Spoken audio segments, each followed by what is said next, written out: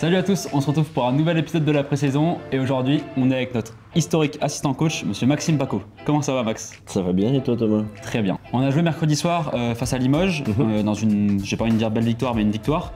Ouais. Quel premier bilan vous en tirez vous, le staff, de ce match? Bilan négatif sur l'entame de match où on a fait déjà la même chose contre Nanterre au tournoi de Bourg à l'Instar Game. Ça s'explique en partie par le fait qu'on en est à la 4e voire 5e semaine de préparation, les corps sont fatigués, il y a moins d'attention et on a un peu plus de mal à rentrer dans la partie. Par contre voilà, sur un match sans adresse, avec les jambes un petit peu coupées, on trouve quand même la capacité à défendre fort et à revenir par notre défense, et je pense que ça va être notre marque pour la saison 24-25, une défense très intensive, très agressive, qui va nous permettre de donner beaucoup de jeux de relance, et derrière on a suffisamment de talent en attaque pour trouver les solutions et gagner la partie contre Limoges, notamment mercredi.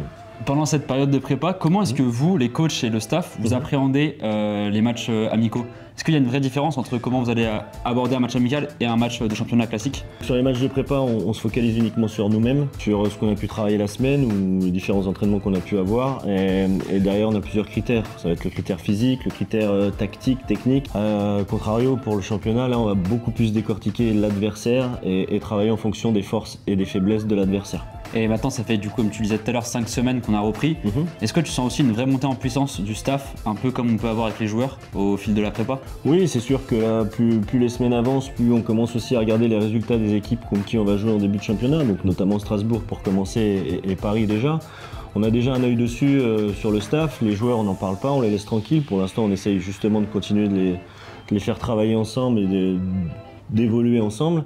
Mais nous c'est vrai que plus la date de reprise du championnat arrive, plus on se focalise sur les adversaires que l'on va jouer, et on commence déjà à détailler et à regarder un petit peu plus précisément ce qu'on va faire.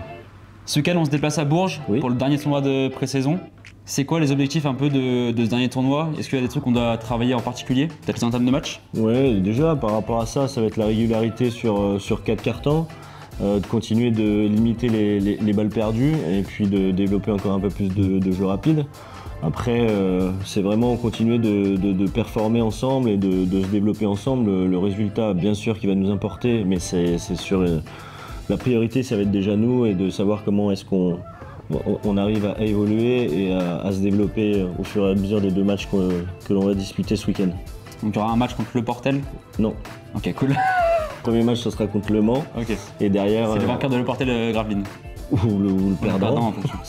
Merci beaucoup Max, on vous souhaite bon courage pour le tournoi à Bourges.